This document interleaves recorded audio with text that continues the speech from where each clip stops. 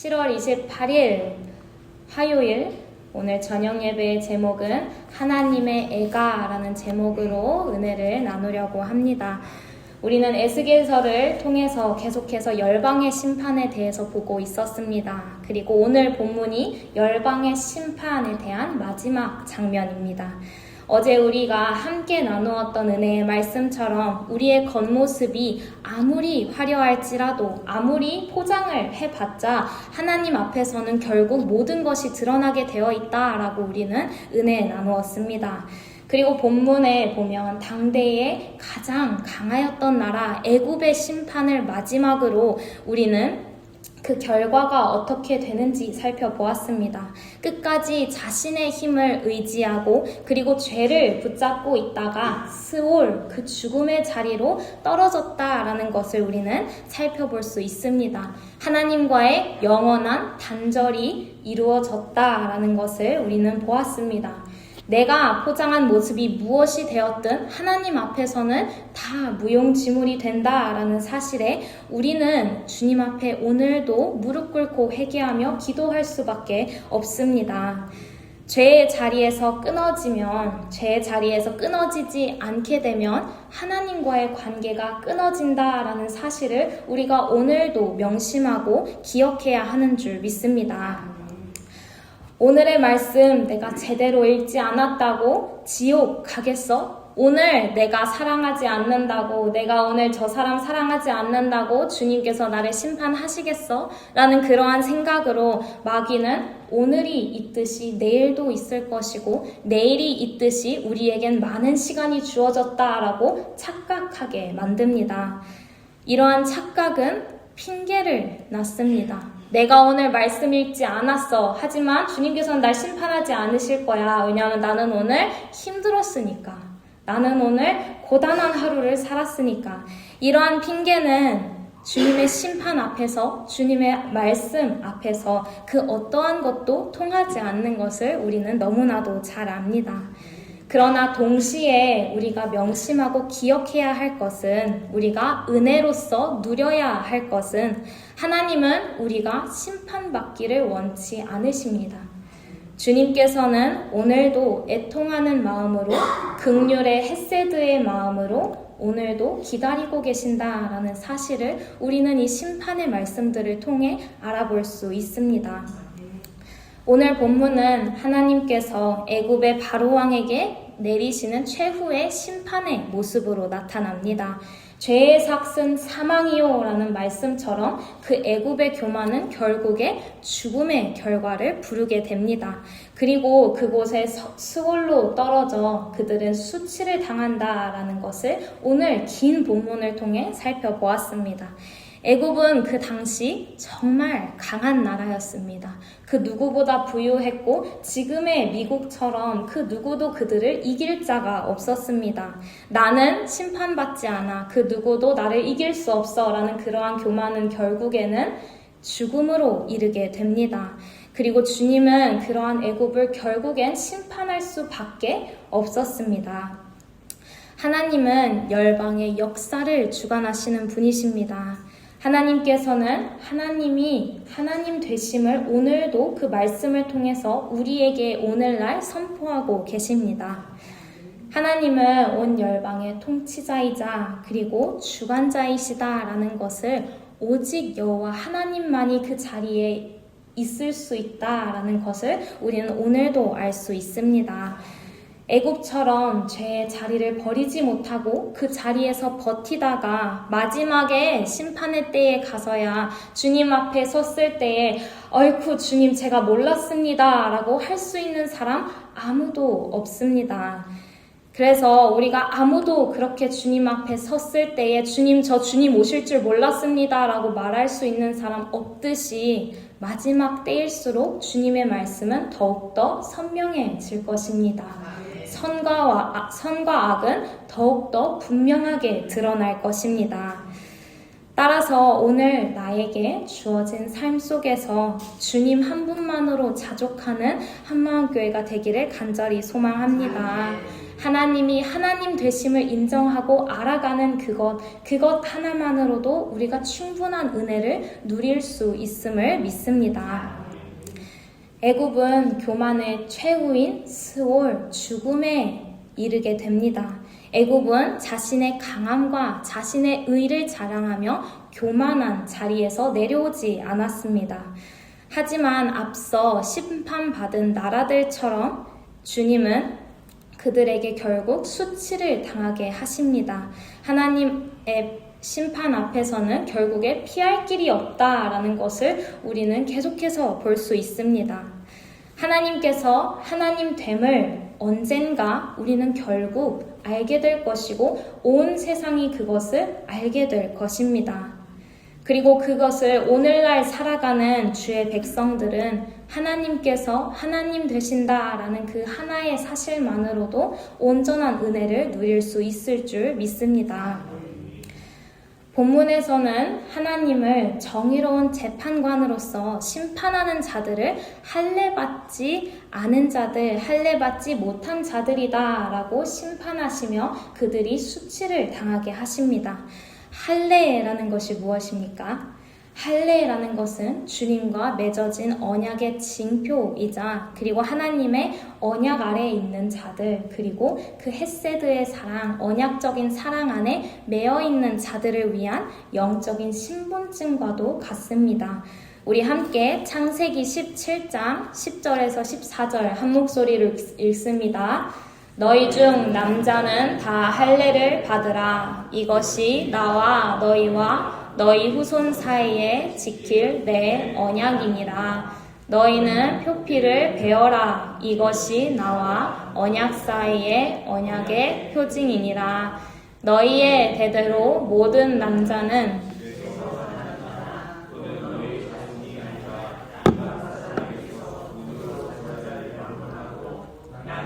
8일 만에 할례를 받을 것이다. 너희 집에서 난 자든지 너희 돈으로 산 자든지 할례를 받아야 하리니 이에 내 언약이 너희 살에 있어 영원한 언약이 되려니와. 아멘. 이것이 할례라는 언약의 시작이 됩니다. 하나님께서는 아브라함과 언약을 맺으시며 태어난 지 8일 만에 되는 아이들에게 할례를 받으라라고 명령하십니다. 그 약속이 무엇입니까?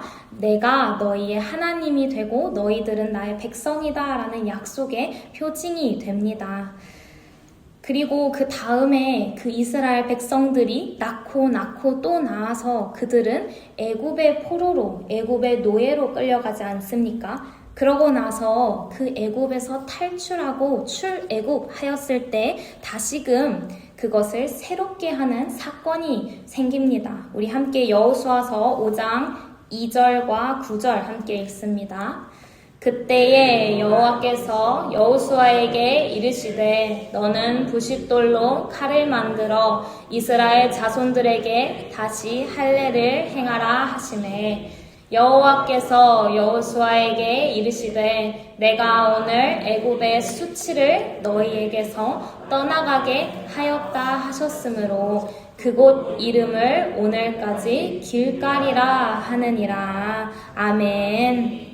주님께서는 그 이스라엘 백성들에게 애굽의 수치를 씻으셨습니다.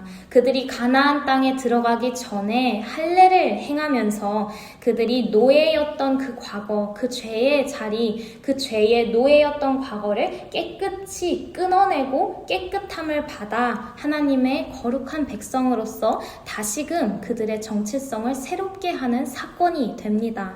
영적인 신분증이 재발급된다라는 이야기입니다. 그러고 나서 주님께서는 거기서 멈추시지 않으시고 우리에게 마음의 할례를 행해야 한다라고 이야기하십니다. 우리 함께 신명기 10장 16절의 말씀 한 목소리로 읽습니다. 그러므로 너희는 마음에 할례를 행하고 다시는 목을 곧게 하지 말라. 아멘. 우리 30장 6절의 말씀도 함께 봅니다. 내 하나님 여호와께서 내 마음과 내 자손의 마음에 할례를 베푸사 너로 마음을 다하며 뜻을 다하여 내 하나님 여호와를 사랑하게 하사 너로 생명을 얻게 하실 것이며. 아멘. 마음의 할례가 이루어져야 죄가 끊어지고, 죄가 끊어질 때에 우리는 다시금 주님과의 관계가 회복될 줄을 믿습니다. 우리의 교만과 우리의 고집과 우리의 죄된 자리를 오늘도 잘라내고 주님 앞에 나아가 다시 돌이키는 그 시간이 되기를 간절히 소망합니다. 그렇다면 우리는 이 마음의 할례를 어떻게 이룰 수 있을까요? By the Holy Spirit, 성령님으로 말미암아 through Jesus Christ, 예수님을 통하여 우리는 그 마음의 할례가 이루어진다라는 것을 알 수 있습니다. 함께 로마서 2장 28절에서 29절 함께 읽습니다. 무릇 표면적 유대인이 아니요 표면적 육신의 할례가 아니니라. 오직 이면적 유대인이며 할례는 마음에 할지니 영에 있고 율법 조문에 있지 아니한 것이라. 그 칭찬이 사람에게서가 다만 하나님에게서니라. 아멘. 성령으로 말미암아 우리는 마음의 할례를 행할 수 있다라는 사실입니다. 함께 이어서 골로새서 2장 11절과 12절 함께 봅니다. 또 그 안에서 너희가 손으로 하지 아니한 할례를 받았으니 곧 육의 몸을 벗는 것이요 그리스도의 할례니라. 너희가 세례로 그리스도와 함께 장사되고 또 죽은 자들 가운데서 그를 일으키신 하나님의 역사를 믿음으로 말미암아 그 안에서 함께 일으키심을 받았느니라. 아멘. 성령으로 말미암아 예수 그리스도의 보혈을 통해 우리는 오늘날 마음의 할례를 행할 수 있다라는 것입니다. 이것이 주님께서 우리에게 베푸신 참된 할례이다라는 사실입니다. 애굽처럼 세상의 힘을 의지하고 사람을 의지하고 오늘날 나의 생각과 경험들을 의지하면서 그 주님의 언약적인 사랑, 그 헤세드 밖에서 있다가 멸망하는 것이 아니라 오늘도 주님의 십자가 보혈로 말미암아 그를 통해 씻김받고 그리고 하나님의 소유된 백성으로 살아갈 수 있음을 우리는 오늘도 고백할 수 있습니다. 오늘 본문을 통해 우리가 알 수 있는 것은 하나님께서는 에스겔을 통해 하나님의 백성들을 향한 것이 아니라 멸망하는 애굽을 향하여 슬피 우는 애가를 부르라 라고 이야기하십니다. 심판을 받아 마땅한 원수들이었습니다. 교만한 죄인들이었습니다. 그 애굽은 결국에는 교만하여 심판에 이르기까지 결코 끝까지 돌이키지 않았던 사람들이었습니다. 그러나 주님께서는 그 영혼들이 죽음 가운데로 걸어갈 때에 그 죽음의 심판을 받을 때에 애통하는 마음으로 바라보셨다라는 사실입니다. 그리고 한낱 사람이었던 주님의 피조물이었던 에스겔을 통해 그 에스겔을 파수꾼으로 부르셔서 하나님의 애통하는 마음을 부어주십니다. 그래서 그 마음을 그들에게 애가라는 것으로 전달하게 하십니다.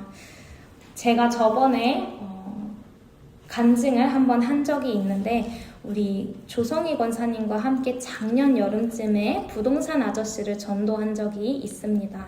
그 부동산 아저씨가 그때 하셨던 말씀이 교회를 저는 다녔습니다. 하지만 지금은 다니지 않습니다. 그 이유는 하나님을 보고 교회를 가야 하는데 자꾸 사람들이 보여서 저는 교회 다니지 않습니다. 라고 이야기했습니다. 그래서 그 교회를 떠난 지 들어보니 10년 정도 되셨더라고요. 그래서 그 이야기를 들었을 당시에 제가 전도사로 사역을 하고 있었는지는 정확히 기억이 안 납니다. 근데 그때 그 처음에 들었던 그 아저씨 말씀이 저에게는 정말 큰 울림이 되었고 찔림이 되었습니다. 그래서 사역을 하면서 나침판처럼 명심하고 또 명심하며 생각이 날 때마다 기도를 하게 되었고 몇 달 정도 된 것 같습니다. 벌써 하나님께서 기도하면서 그 아저씨를 위해서 기도할 때에 누군가 널 기도하네 라는 찬양을 떠올리게 하시면서 한번 찾아가 봐라 라는 마음을 주셨습니다. 그런데 즉각적으로 순종하지 못했습니다. 그래서 바쁘다는 핑계로 혹은 귀찮다는 핑계로 미루다 보니 결국에는 시간이 지났고 다행히 감사하게 주님의 은혜로 우리가 다음 주에 도바울 선교사님이 오시지 않습니까? 그래서 그것을 기회 삼아 그 연극 티켓을 가지고 주영이와 함께 어제 방문하였습니다. 어제도 사실 보통은 일찍 나오는데 7시 정도 다 돼서 나왔던 것 같아요. 조금 늦게 출발해서 나왔는데 부동산이 열려는 있을까? 그 아저씨가 1년이나 지났는데 날 기억하긴 하실까? 하면서 여러 가지 생각은 들었지만 일단 갔습니다. 갔더니 부동산이 웬걸 열려있더랍니다. 그래서 주영이와 함께 들어갔는데 그 안에 아저씨가 2분이 계셨어요. 근데 앉아 계셨던 분은 왠지 작년에 뵀던 분이 아닌 것 같아요. 저도 기억이 가물가물해서 얼굴이 기억은 안 났어요. 그래서 들어갔는데 보라색 셔츠를 입은 분이 앉아 계셨는데 그분은 좀 선해 보이셨습니다. 그래서 뭔가 작년에 만났던 그 부동산 사장님이 아닌 것 같은데 싶어서 이제 아저씨한테 혹시 부동산 사장님 계신가요? 했더니 저 뒤에 구석에서 저를 찾으시나요? 하고 부동산 사장님이 나오시더라고요. 그래서 알고 보니까 가족 관계시더라고요. 그래서 가족 관계시고 지금 앉아 계셨던 그 보라색 셔츠 입으셨던 남성분이 그분이 교회를 안 다니시는 걸 아시고 그 앉아 계셨던 분은 교회를 다니는 분이시더라고요. 그래서 그분이 이 사람 교회 나가게 하려고 자기가 그 얘기 하려고 왔다 이러면서 나중에 얘기를 하셨는데 제가 딱 들어가서 이제 사장님 얼굴 뵙고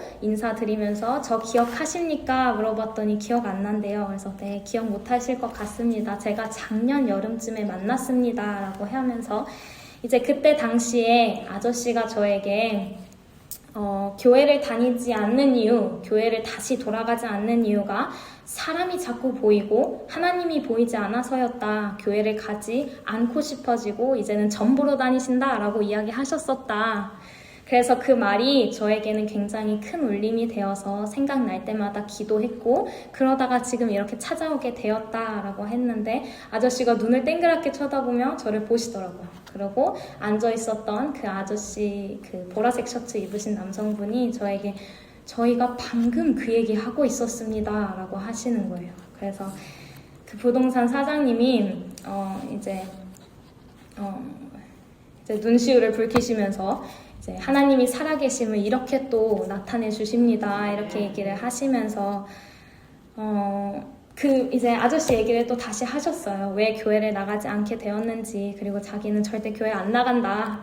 전 보지 않으면 무슨 재미로 사냐, 이런 기타 등등의 이야기를 막 하셨어요. 그러면서 저에게 이제 딱 맞춰서 어떻게 알고 찾아오셨냐, 박수무당보다 용하다 이러시면서 이야기를 했는데 그 처음 말을 듣는데 제가 마음이 너무 아픈 겁니다. 그래서 그게 처음에 이제 들으면서 눈물도 참고 하면서 얘기는 했는데 이제 아저씨가 나중에 계속해서 이야기하다가 하셨던 말씀이 작년 여름에 날 찾아왔는데 진즉 찾아오지 왜 이제 오셨냐고 그렇게 얘기하시더라고요. 근데 그 말이 저에게 너무너무 속상했고 하나님께 너무 죄송했습니다. 그래가지고 이제 말씀드리고 교회를 통해서 상처받기도 하지만 교회를 통해 위로받고 회복할 수 있습니다. 그래서 어쨌든 교회 나오는 발걸음이 무거우실 줄 알아서 제가 이번에 인형극이 저희 교회에서 이번에 합니다. 그래서 좀 가벼운 마음으로 오실 수 있지 않을까 싶어서 이렇게 왔습니다. 말씀드리고 저녁 예배 시간이 다가와서 제가 진즉이 올 것을 못 온 거 가서 회개해야 합니다 하고 저는 저녁 예배 8시 맞춰서 가야 됩니다 하고 주영이랑 인사드리고 나왔어요. 네, 이제 사장님도 감사하다고 찾아와 주셔서 그리고 이제 바카스 하나씩 주시고 보내주셨는데 한낱 사람인 저희를 한낱 피조물밖에 안 되는 우리를 주님께서는 파수꾼으로 세우신 줄 믿습니다. 주님께서는 그 한 영혼을 향한 그 애통하는 마음을 오늘도 우리에게 부어주고 계시는 줄 믿습니다. 그렇게 파수꾼의 사명을 감당할 때에 주님께서는 한 영혼을 향한 주님의 마음을 대신 전달하게 해주십니다. 하나님은 그 누구도 심판하시는 것을 원치 않으시는 분입니다. 한 영혼이라도 더 살리기를 원하시고 계십니다. 애통하는 마음으로 잃어버린 영혼을 향해 부르시는 그 하나님의 애가가 우리의 귀에 들리길 소망합니다. 그 잃어버린 영혼을 향해 눈물 흘리시는 그 주님의 모습이 우리에게 보이길 소망합니다. 그래서 주님의 마음이 닮아가서 잃어버린 영혼이 나의 사랑하는 사람들이 되어서 정말 세상 가운데서 지치고 힘들어서 주님 없이 살아가려고 아등바등 힘들어하는 그 사람들을 향해 우리가 파수꾼으로 오늘도 이 기도의 자리를 지켜나가야 하는 줄 믿습니다. 그래서 에스겔서에서도 어쩌면 무거워 보이는 이 심판의 말씀이 더 읽다 보면은 그 헤세드의 주님의 사랑이 보여지는 줄 믿습니다. 주님 그런데요, 하지만 이따가요, 잠시만요 하다가 저처럼 한 달, 두 달 넘어가지 마시고 즉각적으로 순종하며 나아가는 한마음교회 되기를 소망합니다. 이러한 변명들은 나를 죽이는 것이고 나의 사랑하는 사람들을 죽이는 일입니다. 그래서 결국에는 주님 앞에서는 아무것도 소용없음을, 주님 앞에서는 내가 주님을 압니다 라고 고백하는 것 말고는 아무것도 할 수 없음을 우리는 오늘도 깨닫고 생각하고 있어야 되는 줄 믿습니다.